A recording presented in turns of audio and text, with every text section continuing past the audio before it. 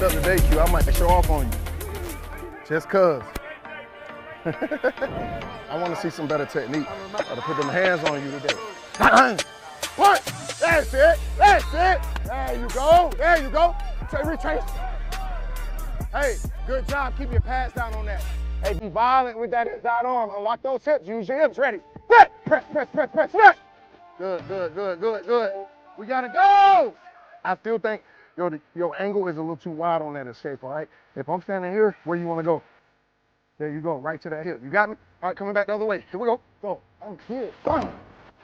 Right? So at least I'm knocking this guy back. I'm occupying both guys, and I'm still in a good position. So if I get bumped, I still got that pressure in the ground right there. Reducing surface, 3, set, press, press, press, press, press. Accelerate those feet. You got to accelerate those feet. You see how you here? You pressing and you stepping back versus pressing through. There you go. There you go. Next up. Here we go. Ready. Oh, make it right. Run, run, run, run. Come on, Q. Come on, Q. More balance, hand balance on that punching. I need to extend this arm. I gotta press this guy out. You know I'm supposed to press out. Next, next. Run! Boom, go get him. Be stronger. Hey, be stronger with that right. Press, press, press, press, press. That was your best one. Set. Hey! That's better. That's better. That's better. That's better. Nice, nice, nice, nice. Hey, on contact, unlock those hips. So I'm boom. I'm still going to attack this guy. I'm getting my hands on him. I got to see that. I need to knock him back. Hey, be first, 17. Be first, 17. Be first. Eyes on your key, Mark. Good job, boy. Stay up, stay up, stay up. Hey, hey, hey. That's why I say on those shoulders, stay square right there. Hey, hey, footwork. Load up that right. I want good technique here. Load up the right. Yeah, Dion! Dion! Good hands, boy. Be that guy. We are head on the swivel. Chris Hayes along with Scott Green with you tonight. I hope you have enjoyed that little pre-law that we did right there with Coach Larry Knight, defensive end coach, jack position, outside linebacker position, jack of all trades pretty much. We are post G-Day going into the new week. The spring practice and spring camp is over with. We're looking into the summer now. I've got Scott Green with me. We're going to be doing a little bit of a reaction, little rap sheet on what we saw in the G-Day game and all the things that we can look to improve upon. And obviously the expectations that were set from the G-Day game and what we heard through all spring. It's kind of sad, honestly, Scott.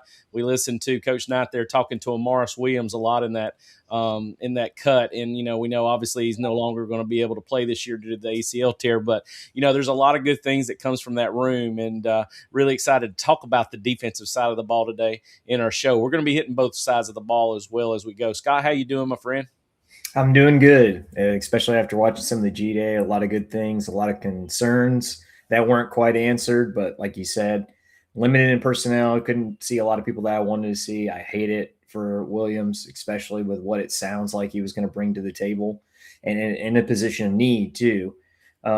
But again, you didn't get to see Gabe as well. So it's kind of one of those things that the young guys got an opportunity and a lot of them stepped up. So, it's unique in the perspective of all the kids that did not play. It's funny you mentioned Gabe Harris because I don't think anybody even really thought about that position of need because of what we had finally got to see. People like Darren Akinnabaum, you got to see Isaiah Gibson, you got to see Chase Linton, you got to see those guys that we want to start seeing play. And because of Gabe Harris's injury and obviously not being back for spring, it gives us that opportunity. Amaris Williams obviously would have added depth and I think have been a key role position there, but still, unfortunately, you have to move on. You have to continue to look at what your position players are going to be. And, unfortunately, it hurts the depth chart. But, like I said, the expectations of what he brought to the table, we didn't know what he was going to be able to do. So, uniquely enough, I hate it for him. I hate it for the player himself because you obviously don't want to see injury take place. But it's part of the game. It's part of the psyche as a coach that you have to deal with as well. But also to love on that kid and make sure, that you've got to devote yourself to the process of his recuperation and his recovery just as much as if he was out there on the field. As we look at G-Day taking place, I was down at the game. I know you didn't get a chance, man. You're doing that stuff called life right now with work and everything, and I know that's been hard for you over the last couple of days, but I know that you've had a chance to sit down now and watch the game itself. And if there's anything that you could take, we look at both either the offensive or the defensive side of the ball. There's so many different arenas that we could, jump into and unpackage, but if you're looking at just anything prospectively across the board, either on the one side of the ball or the other, what's something that stood out to you? The use of the tight ends, I thought, was especially with Riddell. I think something that Kirby does exceptionally well is a player that has consistent high performance throughout practices gets rewarded for that, Mm-hmm. especially at the most important moments. So you have a guy who's just working his tail off.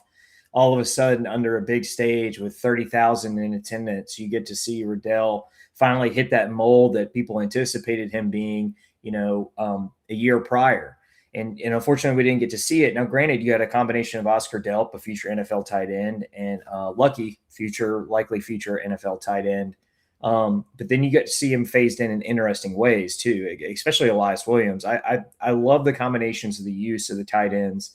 Obviously, I think Gunnar Stockton, for the limited amount he played, I thought he showed a lot of improvement in certain areas, and I think he's being candid with what he needs to continue to improve upon in terms of pocket awareness, not breaking a pocket when it doesn't need to be, and obviously layering the football. There were a couple throws that I was exceptionally impressed with, especially because he wouldn't be willing to throw those just a few months prior. And then defensively, I think the corners played relatively well. Again, I think receiver continues to plague me and of concern, not because it won't be good, but will it be great? Is there going to be, that exceptional standout? I know we've talked about that prior to it. Mm-hmm. I think the corner play was really, really good, aggressive in the right ways, pretty good in phase. There's a few times where I think they did an exceptional job of, hey, look, you're going to go out of bounds. I'm going to take you there. Mm-hmm. I'm going to take you right out of the play if you're going to let me do it. Mm-hmm. And I love that mentality. So again, still a thin position, but those two things I was really paying attention to in the dynamic of the game. A lot of people don't realize, and I'll mention this back to the tight end game that you just talked about. Just like with Gabe Harris on the defensive side, what's funny? A name that was stayed silent the entire game, the entire G-Day game, but yet is a vital part to that personnel grouping. Lawson Lucky. I mean, you sit there and think about the tight end room, as explosive as it was when you got people like, Colton Heinrich, you've got Jaden Riddell, you got Elias Williams, you got Ethan Barber doing all this work. Caden Prothrow is considered to be in the tight end personnel group, but I think you're going to end up moving him to an X position before it's all said and done. Basically, he could play anywhere he wants to in that offense because of him being such a true hybrid player. I don't ever think you're going to see him with his hand on the ground like some of the other tight ends that we'll be dealing with.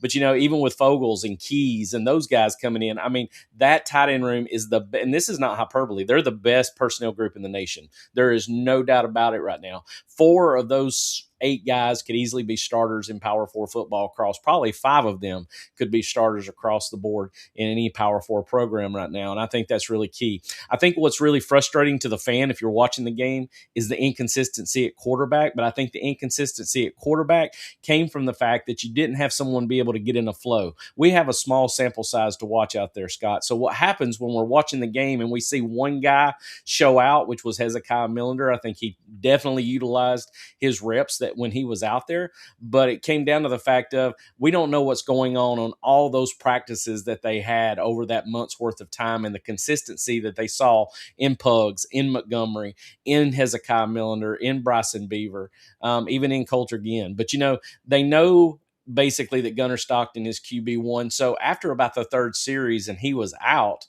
I really was excited about saying, okay, man, we're going to get a chance to really see these 2 guys rock and roll.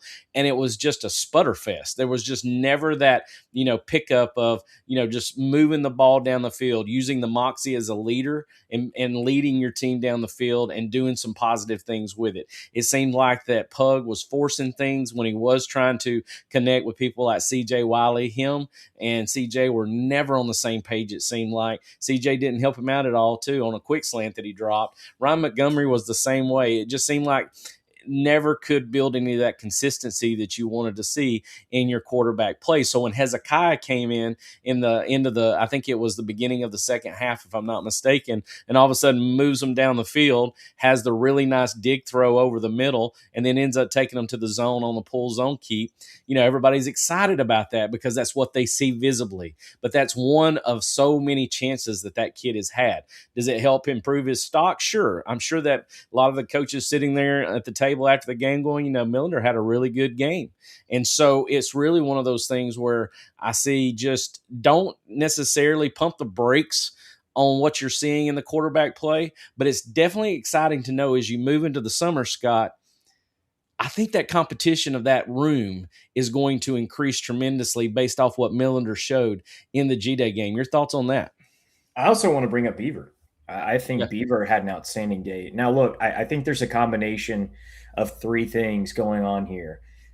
Basic game plan. You're going to do stuff that's out of the ordinary in terms of your run pass dynamic. You're trying to force both sides into really tough issues to see how they react. And a lot of this is pre planned. Now, I completely agree with the rhythm piece, but there's huge components now that I hope silences the argument, especially we're going to hear in week 10, if God forbid, if Georgia has a loss, of, oh, Puglisi is the guy.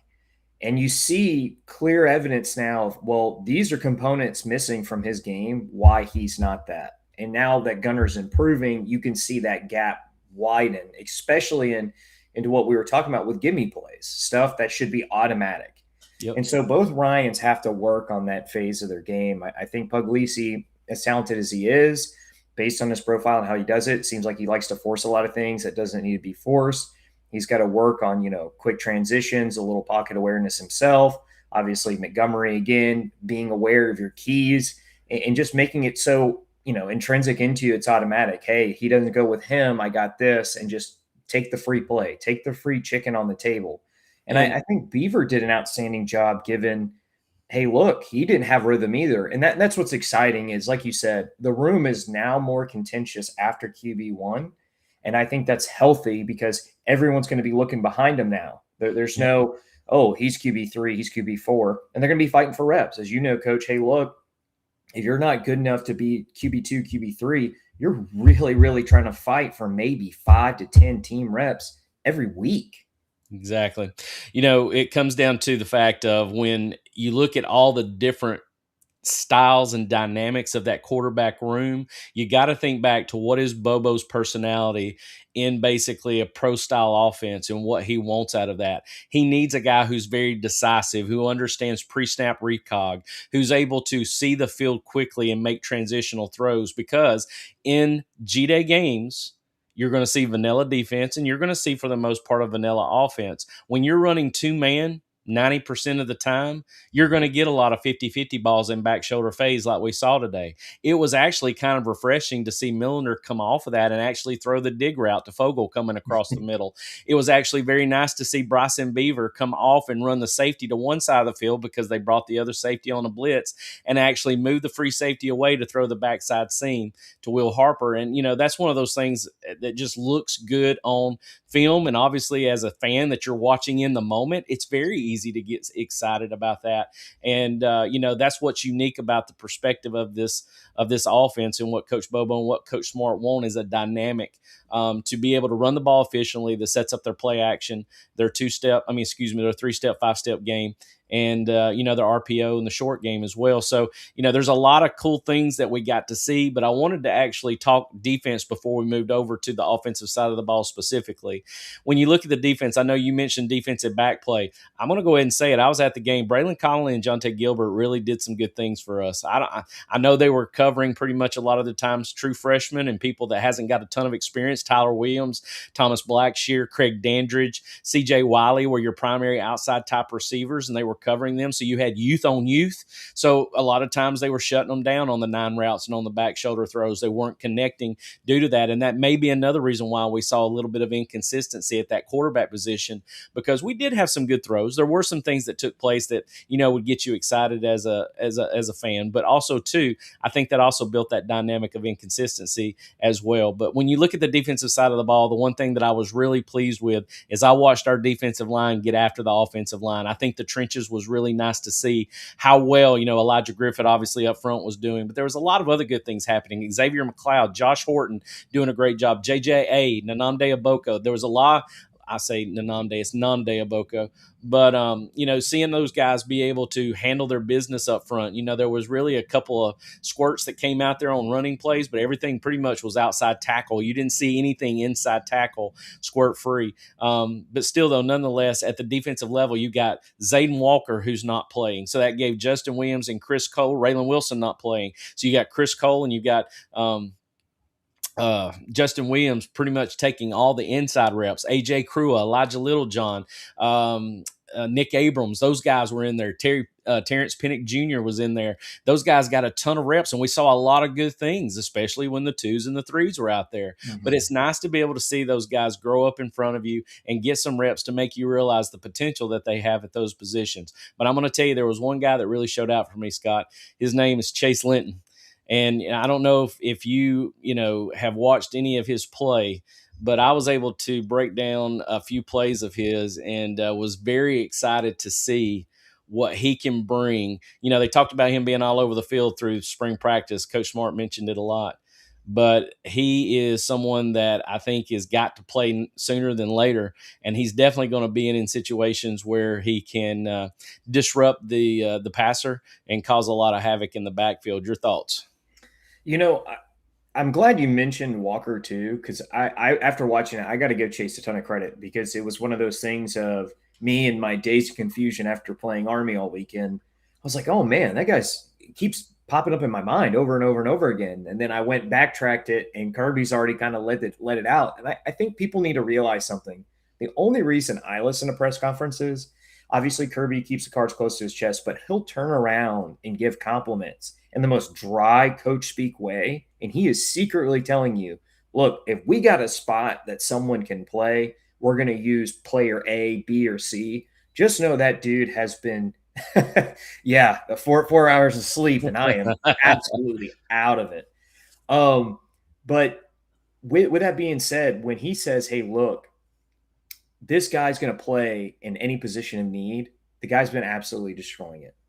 And so that's something that, I just really appreciate. And I think Chase and Riddell and all those guys get rewarded by being put in those big moments. And the reason I bring up Walker too, guys, remember against Alabama in the rematch, Walker made a lot of key plays against, Bama fans will say he was hurt. Maybe he was, maybe he wasn't, but made some key plays against Tide that really just mitigate those weird, awkward, jailbreak kind of offensive plays where player on player, good on good, who makes that critical thing. And so as you start to go through G-Day, because I know it's going to be watched throughout all the summer and leading up to camp, through camp and all that, and overanalyzed, just understand it's more about where they're trusting that player to be and in what situations they're put in. And that tells you where the staff's at with that guy. And I do think it's kind of a two-way street. Get excited within reason. Like you said, it's a small sample size. But defensively, I'm really excited about the depth. And I do love the trench warfare. I think the defensive line had a really, really good day. I think the offensive line, while limited, I know they kind of split some of the guys. They switched some, who were, true ones, maybe not true ones kind of deal to balance everything out. But I was really excited with that. I think the offensive line's got some things to work on. And the other, random thing I love about the defensive line out, they're learning how to bat balls correctly. Hey, you're not getting home, stagger your feet, wait, draw that hand up, boom, knock that ball down. Yep. And seeing more of that tells me, hey, they're focusing on it more. And I think that's killer, guys. Like, how many times did we see, Gunner about to make this excellent play? I mean, Talon Taylor, that was a link up that would have been a touchdown. Boom, batted down. It's like, well, there you go. You lost it down. Without a doubt. And, I come down to the fact of on defense typically reacts better in a spring type game because it's just read, react, get to the football. There's very little things they've got to think about because they've watched this offense now for a full month. They're playing basically the same defense 90% of the time. It's just man up with two guys in zone over the top. They would bring some sim pressure at times, but 9 times out of 10, it was either a 4 or 5 man pressure. They never really did anything exotic. So it was really easy to pick up. And what I still noticed is that there were some run throughs. Josh Jackson working beside Zakai Helton, I thought was phenomenal because you got this new 2-pair group there, similar to what we had with Dontrell Glover and, Juan Gaston last year. And to watch basically Zakai Helton and Elijah Griffin go after it, I'm thinking to myself, my God, not only has he already been talked up as high as he is, and I believe that this is going to be the next big thing we have on the O-line in Zakai Helton out of Carrollton. But, man, is he not going to get better every day if he's having to go up against a 3 technique or a 2 or 2-eye that's Elijah Griffin every freaking day? I think so. What I wanted to show you here, if you're watching by video, I've got a couple of plays here that I pulled up for Chase, and I wanted you guys just to watch all the different things that he does from the outside linebacker position. So I'm going to put it up here on film real quick for you. First off, what you can see here from him, someone comped him the other day to Leonard Floyd in a way, and I kind of see that in him. I love the redirect off the Y. There's that pass deflection you're talking about right there, Scott. He is very tall, lanky, long reach Right here, he's going to take on a tight end block. That's probably the one thing that he's struggling with. He needs a little lead in his ass to get a little stronger right there, but still holding his ground, being able to beat the tackle. Watch this move off the inside move. Gets the inside swim. He's on his direct route to the quarterback. Makes Putt. Down here on the bottom, I like, again, you've got him going into the flats as an outside linebacker in 4 mod to the short side of the field. So there he is in the right place and be able to do some positive things. Chase Linton definitely is going to be a help. And a lot of people don't think, I'm going to name these names: Gabe Harris, Sakobi White Hilton, London Humphreys, Nate Frazier after the first play, Zayden Walker, Ellis Robinson, DeMello Jones. None of those guys played. And Gunnar Stockton, after about 3 series, was out. Lawson Lucky, for the most part, you didn't hear his name called at all for the most part. I mean, you've got all these guys that we're going to be counting on for next year, and they're on the sidelines. So as a coach, I know that I'm excited because I'm getting to coach those young bucks to be able to see who's going to be fighting for those depth pieces that you have, because I've always talked about, to me, the fruition of your depth chart is so important through the spring that when you leave, that your dry erase board looks very similar to what you originally had and planned when you first started, with a couple of names moved in and out because somebody showed up and showed out that you wasn't expecting, or is giving you better expectations than what you had originally. So defensively, there's a lot of positive things that we can see from that. But again, as we move into the summer and all these guys start coming back healthy, it's just amazing to think who we're going to be plugging and playing into those positions along with the depth that's already there. And I think that's one key thing to think about. What's your thoughts before we move forward to the offensive side of the ball? Yeah, I think that's huge. And the thing that really gets me excited is a lot of pieces that we've been waiting on, the Elijah Griffith and everything. I wish I could, Ohio. I wish I could. All joking aside, but Elijah Griffith, I think, shows you kind of that wait and see piece of it. And we're seeing a lot of those players already play and be rewarded because the guy in front of them, unfortunately is injured or was limited in precautionary measure to play. And then you get to see that build up. And guys, look, again, those 3rd and 4th string guys, outside of an individual period where they're training one-on-one with their position coach, they are fighting for reps of a system Georgia uses, and they're not just looking at a scout card, having to run someone else's stuff, and they can still practice their fundamentals. Those can always get better. I mean, again, I think what Chase Linton did was exceptional in beating out people using the fundamentals, getting chess to fall over their feet, and then you saw immediately him take that route that was given to him. That's the stuff that gets me excited about the young guys. Is I got to watch the film over and over and over again, and give me a few days, and I absolutely will.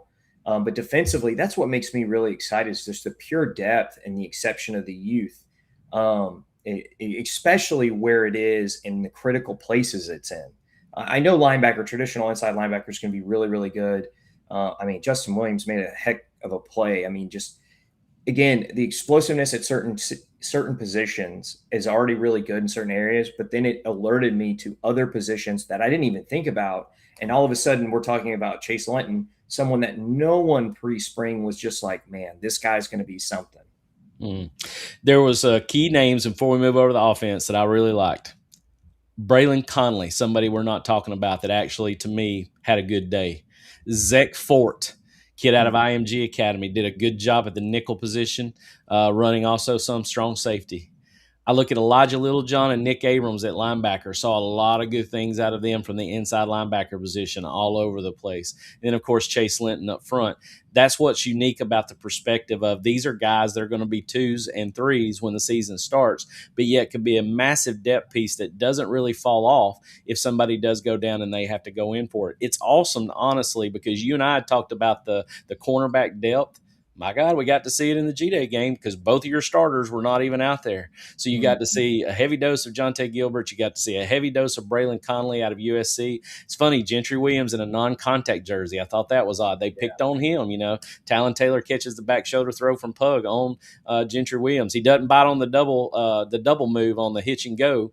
But yet, they beat him on the next play trying to pick on him, but still in a non-contact jersey. We've talked about his injury issues and, is he ever going to be able to overcome that to help? But they have moved Jordan Smith out to corner, who played a little bit as well. I like that kid as a recruit. They recruited him as a safety, but he did get a lot of corner work. And I'm telling you right now, Tyreek Green, is another name we're going to be talking about as well. You and I had mentioned him many, many times before, all over the field, along with Todd Robinson, who was another one that people are not talking about. This kid was a sub 11 100, gets a pick, and I'm thinking, man, he's going to take it back to the house. This kid was a quarterback in high school at Valdosta High, and to be able to see these guys come out there and make some play. Blake Stewart, another late name that signed, recruited by Georgia, had a pick as well. So, just a lot of cool names to hear because you don't normally hear those names, but guys having to play sooner than later because the depth of the 5-stars are gone. The younger guys are going to be playing, and they need to be out there. They need to be showing what they've got.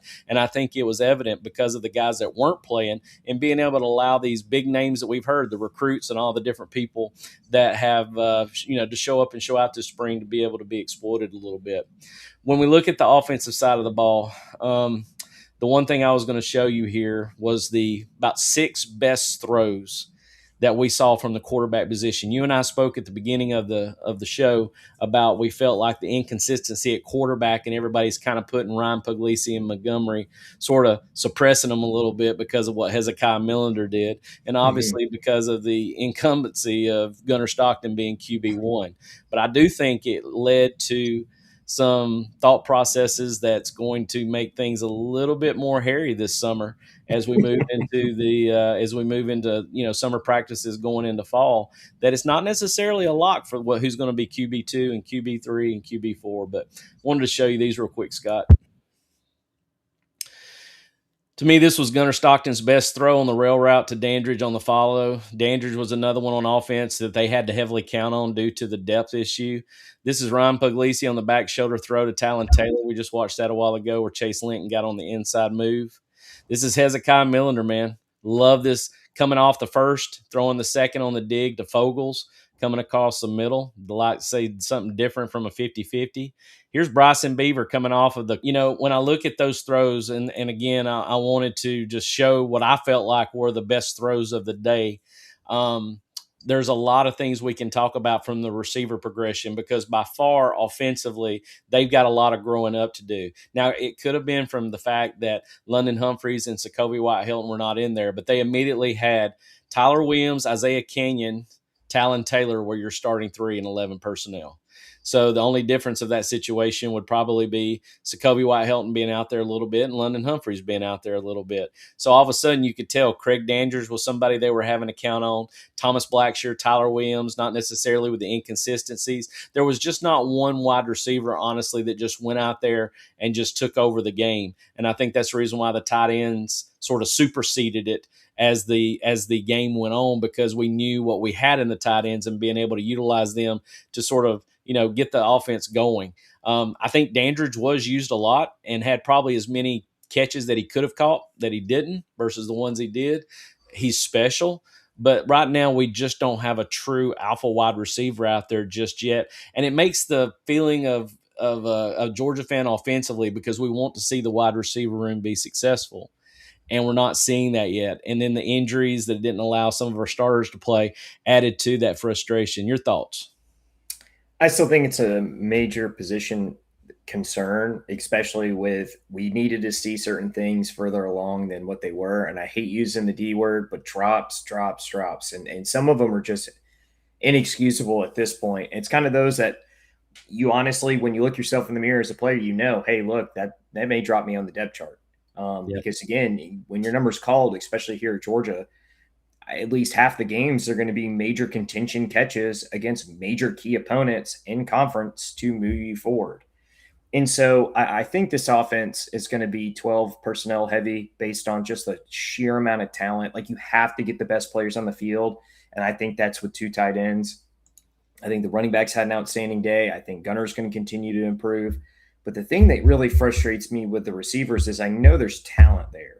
Mm-hmm. And that's the thing. Like, I hope Coach Coley is really, really challenging him of, look, if you don't start mastering the fundamentals, I'm not going to waste my time, because I have to fill it with the best guys because you're all so talented. It's not like anyone's so intrinsically better. There's no returning, kingpin of, hey, look, you're, solidified the gun, and just continue to grow and let these end up, I think, being moved out to a wide receiver before it's all said and done, honestly, just because of he's a nightmare matchup. and he's a hybrid player. I think he's going to be someone that we're going to be seeing more in the slot position, just like you saw right there, catching the ball on any kind of route. His route tree is very polished. He's still got some growing up to do. Love to see him continue to grow. But as a freshman, I think his output out there, just like with Craig Dandridge, was adequate. It just wasn't nothing dynamic. And like you said, I think it comes down to the fact that you want to see those dynamics change as the year progresses to be that go-to, that alpha wide receiver that can take the top off of the defense, that allows, other things to open up, because you can't just, be one-on-one with him on the backside. You got to double team him, which takes away from other players being able to catch the football. This was what I was going to show you, Scott, and this is something to me that changes how a quarterback sees the field and how you have to look at it from a perspective of, if you want to be the next guy and you want to be the one that's conceived as the next guy up, you've got to make your layups. And in this case scenario, this is one play right here that I wanted to show you, that I broke down on Sunday, where Ryan Montgomery in at quarterback, and he puts the guy in motion, and you'll notice that nobody goes out with him. In this case scenario, you've got a two-man situation, but Nick Abrams screws up right here. He should go out with a running back. They're locked up in man across the board in a cover one high look, and Nick Abrams doesn't go out with him. And you got to be it as quarterback. You can already tell this is a fourth down play. You can already tell that he's ready to go to Ethan Barber right now. Mm-hmm. But because Nick gets rewarded for screwing up. Mm-hmm. And that's where you got to get on to him and say, listen, you may have been around the play right there where you threw it into the triad, but you really screwed the pooch right here because you left a running back wide open down the sideline. If Ryan just comes off of that for 1 second and pays attention, that tells me he's tunnel visioned. He's looking dead at Ethan Barber pre-snap. He knows he wants to go there. He's not thinking of anything. Throw the ball to Bo Walker down the sideline, and Bo probably scores. If he can catch Boogie Green at free. But still, I know we're watching it over and over and over again, but these are the layups I'm talking about that you've got to hit, Scott.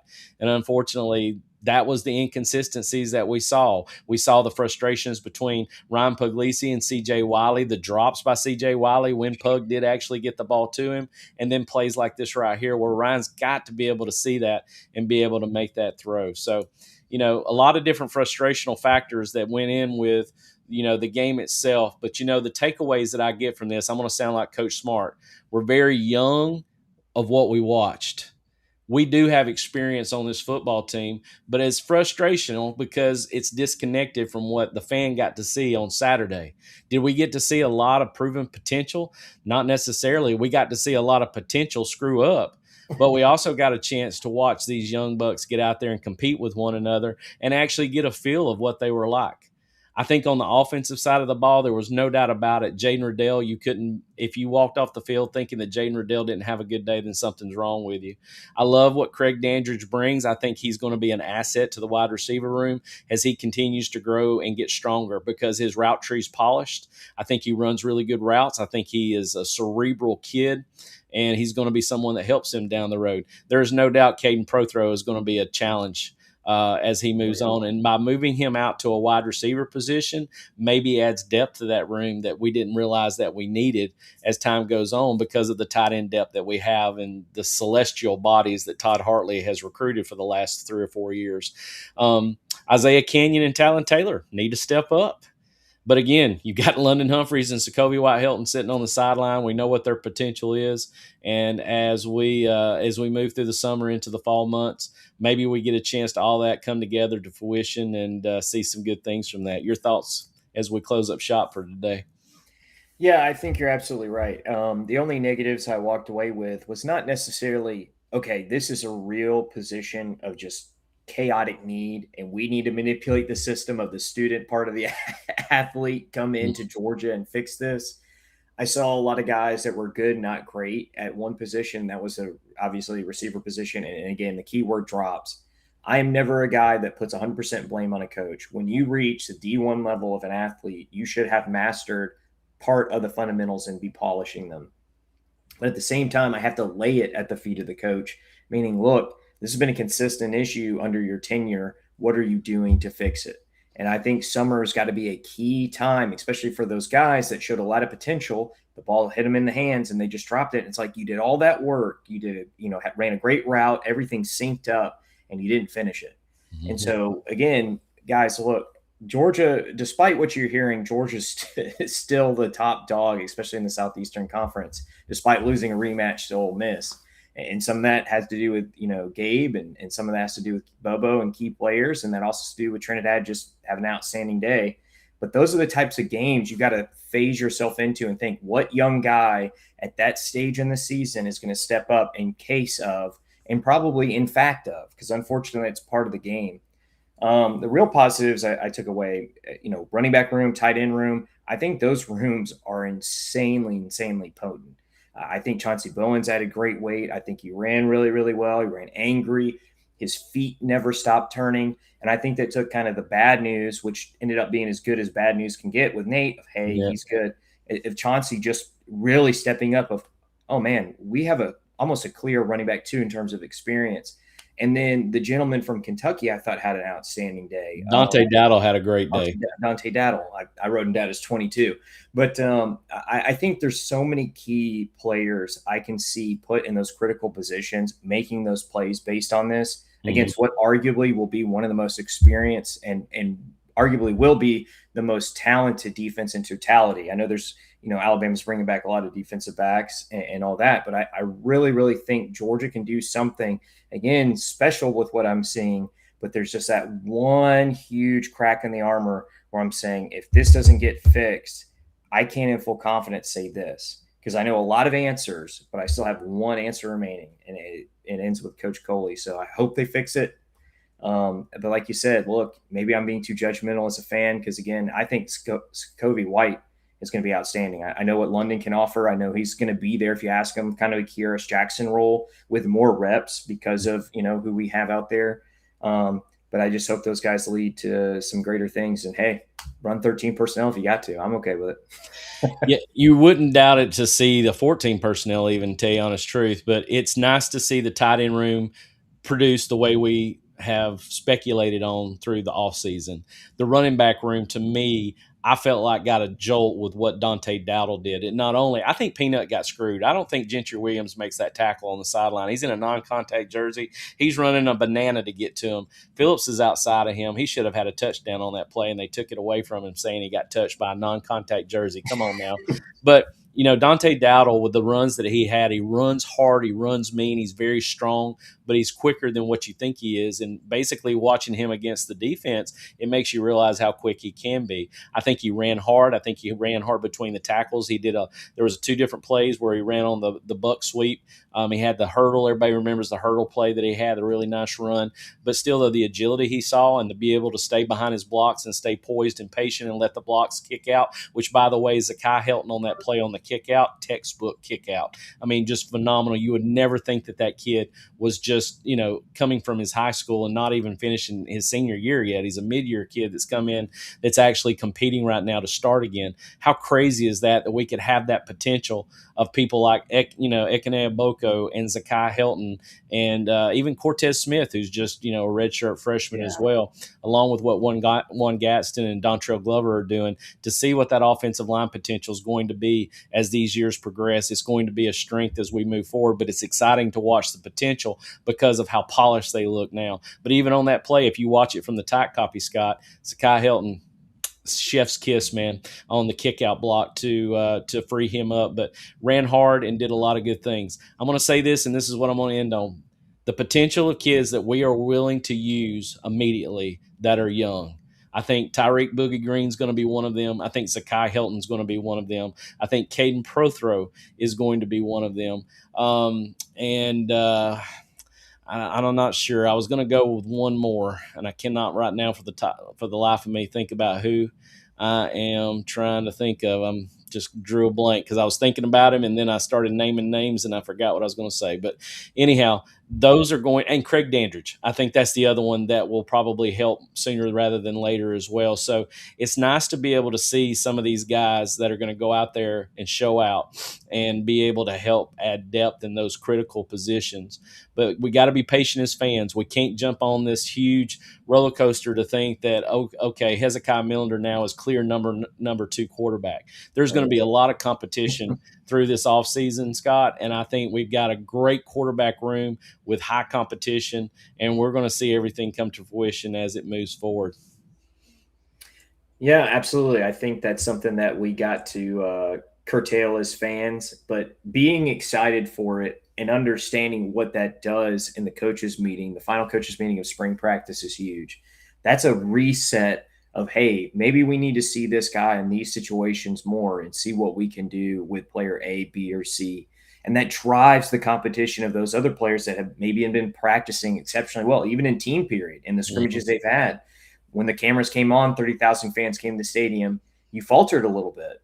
So that kind of, again, resets them. And look, I think we have a bunch of A-type personality players that are absolutely built on the idea of may the best man win.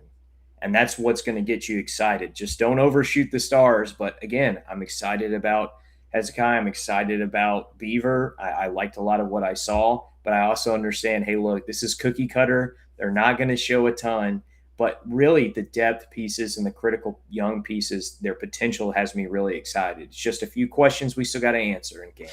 It's unprecedented what Coach Smart's doing, and a lot of people won't realize because it's the chess moves that he's making now to see that he has kept a lot of his roster, retained a ton of his roster, and that's going to show as time goes on longevity-wise because consistency is what you want to see. I've said many times it's not about necessarily the depth of the players. It's how many players that you can polish and have polished when the season starts.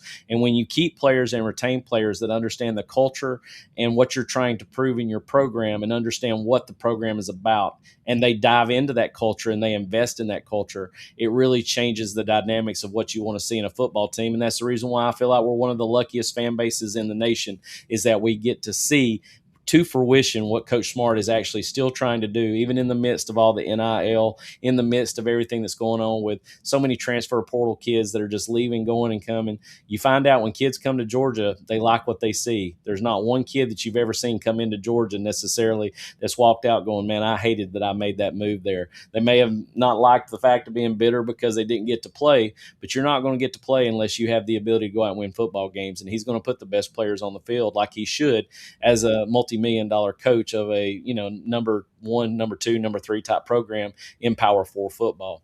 I am Chris Hayes along with Scott Green. We are Head on a Swivel. We appreciate you being with us tonight. If you get a chance, I know right here you probably notice this little QR code up in the top corner. If you get a chance to scan that, that will take you to my website. Gives you a chance to see all the premier stuff that I do, the breakdowns that I have. My Patreon is kicking right now. As you can see from G-Day, we had a lot of different breakdowns that I put out on X as well as all my social medias. A lot of things are flying around right now for the fact football is back, even though I know we're going to have a little extended break through the summertime, but it's always exciting to hear about all the things that are going on and how we're going to see these guys in the red and black as the fall gets here. I hope that I don't think there's any comments left to hit on here. We appreciate you being in the chat with us tonight. We also appreciate you being with us as always. If you ever have a chance, make sure you hit that like, hit that thumbs up button for us because that helps those algorithms out as we move forward into this year. Scott's going to be with us for Head on a Swivel takes. I'm going to be having, my own breakdowns as well through Coach Hayes Hudl. And we always thank you for being with us. For Scott Green, I'm Chris Hayes. And as always, we're going to say, go Dogs. Go Dogs.